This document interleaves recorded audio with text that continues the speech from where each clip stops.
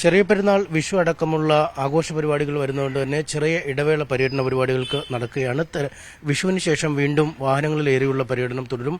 ജനങ്ങളെ നേരിട്ട് കണ്ട് വോട്ട് അഭ്യർത്ഥിക്കുന്ന തിരക്കിലാണ് ഇപ്പോൾ സ്ഥാനാർത്ഥികൾ. എന്തായാലും നമുക്കൊപ്പം കോഴിക്കോട് LDF സ്ഥാനാർത്ഥി ശ്രീ എളമരം കരീമുണ്ട്. ചെറിയ ഇടവേളയ്ക്ക് ശേഷം പര്യടന പരിപാടികൾ വിഷുവിന് ശേഷം പുനരാരംഭിക്കും അല്ലേ? അതെ, വിഷു പെരുന്നാൾ രണ്ടും കേരളത്തിലെ ജനങ്ങളുടെ പ്രധാനപ്പെട്ട ആഘോഷങ്ങളാണ്. അപ്പോൾ ആ സമയത്ത് പൊതുപര്യടന പരിപാടികൾ ജനങ്ങൾക്കും ബുദ്ധിമുട്ടാവും. അതുകൊണ്ടാണ് പരസ്യ പ്രചരണ പരിപാടികൾ വിഷുവിന് ശേഷം ആക്കി മാറ്റിയത്. ഇപ്പോൾ വ്യക്തികളെ നേരിട്ട് കാണുന്ന പരിപാടിയാണ് ഇപ്പം നടക്കുന്നത്. ഈ ദേശീയ നേതാക്കളൊക്കെ വലിയ തോതിൽ എത്തിത്തുടങ്ങുകയാണ്. ഒപ്പം ഈ BJP പ്രചരണത്തിന്റെ വേറൊരു ഗിയറിലേക്ക് മാറ്റുന്നു. പ്രത്യേകിച്ചും വയനാടുമായി ബന്ധപ്പെട്ട സുൽത്താൻ ബത്തേരിയുടെ പേര് മാറ്റാൻ പോവുകയാണ്. സാധാരണ വടക്കേന്ത്യയിലൊക്കെ കാണുന്നതാണ് ഈ നഗരങ്ങളുടെ പേരുമാറ്റൽ, പ്രധാന സ്ഥലങ്ങളുടെ പേരുമാറ്റലൊക്കെ. എന്താണ് അതിൽ തോന്നുന്നത് ഈ വയനാട്ടിൽ ഇപ്പോൾ നടക്കുന്ന ഈ രാഷ്ട്രീയത്തിൽ? അത് രാജ്യത്തെ ബാധിക്കുന്ന ഒരു പ്രശ്നത്തിലും അവർക്ക് ഒന്നും പറയാനില്ല. അവർ പ്രതിക്കൂട്ടിലാണ്.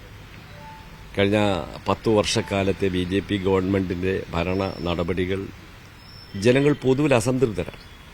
ഇപ്പം രാഷ്ട്രീയം പറയാനില്ലാത്തതുകൊണ്ട് വർഗീയ ധ്രുവീകരണം ഉണ്ടാക്കുക എന്ന ഒരൊറ്റ അജണ്ട മാത്രമാണ് BJPക്കുള്ളത്. അതുകൊണ്ടാണ് ഇതുപോലുള്ള പ്രകോപനങ്ങൾ വയനാട്ടിനെ സുൽത്താൻ ബത്തേരിയെ സംബന്ധിച്ച് BJP സ്റ്റേറ്റ് പ്രസിഡന്റൊക്കെ നടത്തിയത്. വളരെ ദൗർഭാഗ്യകരമാണ് ഇത്തരം പ്രസ്താവനകൾ. കേരളത്തിൽ ജനങ്ങൾ വളരെ ഐക്യത്തോടെ ജീവിക്കുകയാണ്. അതിന് ഭംഗം വരുത്തുന്ന ഒരു വാക്കോ നോക്കോ രാഷ്ട്രീയ നേതാക്കന്മാരുടെ ഭാഗത്ത് ഉണ്ടാവാൻ പാടില്ല എന്നാണ് എൻ്റെ അഭിപ്രായം. അല്ല, ഈ സുൽത്താൻ ബത്തേരി എന്ന് പറയുന്നത് അടുത്ത കാലത്ത് ലഭിച്ച പേരാണെന്നാണ് അദ്ദേഹം പറയുന്നത്. അങ്ങനെ ഒരു ചരിത്രം ഈ ഇന്ത്യ രാജ്യത്ത് പല പേരുകൾ അവർ മാറ്റുന്നുണ്ട്. റെയിൽവേ സ്റ്റേഷനുകളുടെ പേര് മാറ്റുന്നു, നഗരങ്ങളുടെ പേര് മാറ്റുന്നു.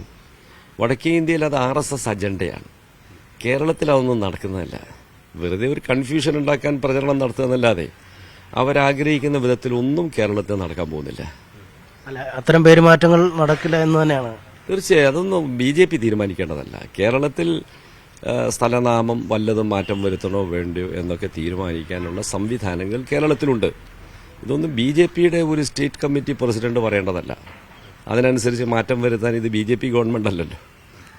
അദ്ദേഹം MP ആയാലും അദ്ദേഹത്തിന് മാറ്റം വരുത്താനൊന്നും പറ്റില്ല. ഒരു ചുക്കും ചെയ്യാൻ കഴിയില്ല. BJP തെരഞ്ഞെടുപ്പിൽ കേരളത്തിൽ അപ്രസക്തമാണ്. അവർ ഒരിടത്തുമില്ല. ഇവിടെ LDFും UDFും തമ്മിലാണ് തെരഞ്ഞെടുപ്പ് മത്സരം പ്രധാനമായി. അവരുടെ സ്റ്റാർ കാൻഡിഡേറ്റ്സ് എന്ന് പറയുന്നവർ മത്സരിക്കുന്ന മണ്ഡലങ്ങളിൽ പോലും അവർ പുറകോട്ട് പോയിട്ടുണ്ട്. അതുകൊണ്ട് ആ നിരാശയിൽ നിന്ന് ഉളവാകുന്ന പ്രകോപനമാണ് BJP നേതാവിന്റെ വാക്കുകളിലൂടെ പുറത്തു വരുന്നത്. കഴിഞ്ഞ ആഴ്ച ചർച്ച നടത്താൻ ഒരുങ്ങിയത് കേരള സ്റ്റോറിയുമായി ബന്ധപ്പെട്ട കാര്യങ്ങളാണ്. പ്രത്യേകിച്ചും ദൂരദർശൻ അത് പ്രദർശിപ്പിക്കാൻ ഒരുങ്ങിയപ്പോൾ ഇത്തരം വിഷയങ്ങളാണ് അവർ ഓരോ ആഴ്ചയിലും കൃത്യമായി ഇടുന്നുവെന്ന് കരുതുന്നുണ്ട്. ഈ തെരഞ്ഞെടുപ്പ് ദൂരദർശൻ നമ്മുടെ സർക്കാരിന്റെ ഒരു വാർത്താ ഏജൻസിയാണ്. ഒരിക്കലും ചെയ്യാൻ പാടില്ലാത്തതാണ് അവർ ചെയ്തത്. CPIM ഉൾപ്പെടെയുള്ള ഇടതുപക്ഷ പാർട്ടികൾ അതിൽ കടുത്ത അമർഷവും പ്രതിഷേധവും ഒക്കെ രേഖപ്പെടുത്തുകയും ചെയ്തു. എന്നിട്ടും അവർ അതിന്റെ നടപടിയുമായി മുന്നോട്ട് പോയി. പക്ഷെ കേരളത്തിൽ അതൊന്നും ഒരു ചലനവും ഉണ്ടാക്കിയിട്ടില്ല. ഒരു തരത്തിലും അത് കേരളത്തിലെ ജനങ്ങളെ സ്വാധീനിക്കുന്നതുമല്ല.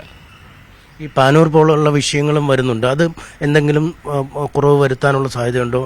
അതിലെന്തെങ്കിലും പാർട്ടി പ്രതിരോധത്തിലായിട്ടുണ്ടോ? ഒരിക്കലുമില്ല. അതെല്ലാം ഒരു ഒറ്റപ്പെട്ട ഒരു സംഭവം എന്ന നിലയിൽ അതിനെ നിയമപരമായി കൈകാര്യം ചെയ്യേണ്ടതാണ്. അത് പോലീസ് അതിന്റെ നടപടികൾ നീക്കുന്നുണ്ട്. അതിലപ്പുറത്തുള്ള ഒരു രാഷ്ട്രീയ മാനം അതിന് ഒരിക്കലും നൽകേണ്ടതില്ല. എന്തായാലും തിരക്ക് പിടിച്ച ദിവസത്തിലേക്കാണ് അദ്ദേഹം നീങ്ങുന്നത്. കേരളത്തിലെ സ്ഥലങ്ങളുടെ പേരുകൾ മാറ്റാൻ ഒരു തരത്തിലും BJPക്ക് കഴിയില്ല. അദ്ദേഹം MP ആയാൽ പോലും ഒരു ചുക്കും കേരളത്തിൽ നടക്കില്ല എന്നും എളമരം കരീം വ്യക്തമാക്കുന്നു.